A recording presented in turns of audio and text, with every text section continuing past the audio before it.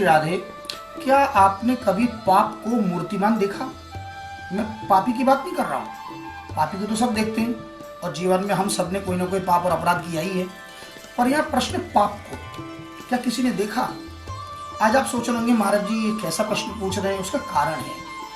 आज प्रातः एक अज्ञात बहन का फोन आया और वो 10-15 मिनट रुदन करते करते रोते रोते उन्होंने अपनी एक आप बीती सुनाई कि गुरुजी मेरे पति के दुर्व्यवहार के कारण मुझसे एक अनजाने में व्यभिचार हो गया, अर्थात किसी पर पुरुष से संग हो गया और उसके बाद से मैं निरंतर केवल रोई जा रही हूँ और अंतःकरण से ये मैंने मान लिया कि मुझसे बहुत बड़ा अपराध, बहुत बड़ा पाप हुआ। अब मैं प्रायश्चित करना चाहती हूँ तो इसका क्या विधान है? यद्यपि इस विषय पर पहले एक वीडियो बन चुका है और उसमें मैंने नाम मंत्र बताया भी था।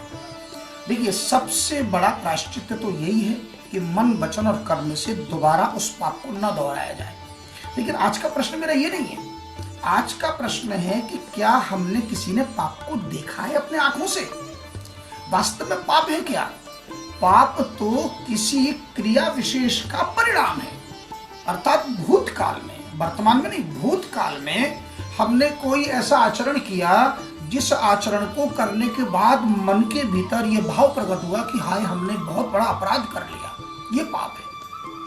तो मन में जिस क्रिया के कारण मन में ये भाव प्रकट हुआ, ये संस्कार मन में जगा कि मुझसे पाप हुआ, तो जिस प्रकार जिस क्रिया के द्वारा, किसी क्रिया के द्वारा जब मन में ये भाव जगा कि मुझसे पाप हुआ, उसी प्रकार किसी क्रिया से ये भाव भी तो जगेगा कि मुझसे पुण्य हुआ। ध्यान दीजिएगा, जिस प्रकार किसी क्रिया के द्वारा आपकी दुष्कर्म किया या सत्कर्म किया, जो भी कार्य आपने किया भूतकाल में, उस क्रिया के द्वारा जब मन में ये संस्कार जगा कि मुझसे अपराध हुआ, पाप हुआ, उसी प्रकार भगवान के नाम के द्वारा, भगवान नाम के द्वारा हमारे मन में ये संस्कार क्यों नहीं जागता कि हमसे पुण्य हो रहा है, वो पाप मिट रहा है।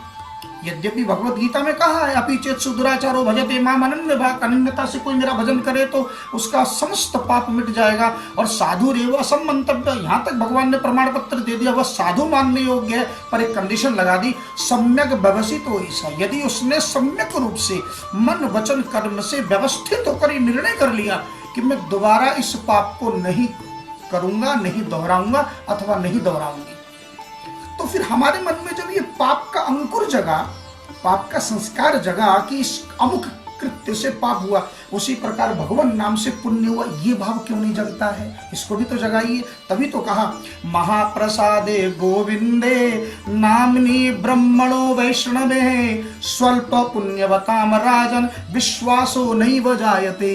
है स्वल्प पुण्यवताम राजन, हे राजन, जिनका पुण्य बहुत स्वल्प हो, बहुत कम पुण्य आत्मा जो होते हैं, जो जिन्होंने जीवन में पुण्य नहीं किया, ऐसे लोगों का विश्वास हो नहीं बजाया थे, उनका कभी विश्वास ही नहीं जगता कि महाप्रसादे गोविंदे नामनी, भगवान के नाम लेने से, भगवान का महाप्रसाद सेवन करने से, अथवा ब्राह्मणों के द्वारा, ब्राह्मणों वैष्णवे, अथवा वैष्णवों के दर्शन से, वैष्णवों के संग से, कथा भागवत वार्ता से मुझे पुण्य प्राप्ति हो रहा है, गंगा के स्नान से मुझे सतत पुण्य अर्जित हो रहा है, ये भाव क्यों नहीं जगता?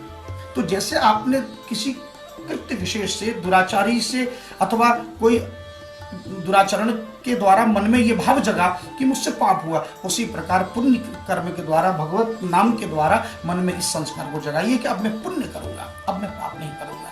तो भगवान के नाम का आश्रय लीजिए। हरे कृष्ण कृष्ण कृष्ण हरे हरे, हरे राम राम राम हरे हरे, अथवा केवल नाम भी है ओम अच्युताय पुण्य श्लोकाय नमः, अच्युताय पुण्य श्लोकाय नमः, अच्युताय पुण्य श्लोकाय नमः, ये नाम मंत्र का आश्रय लीजिए। जय श्री राम।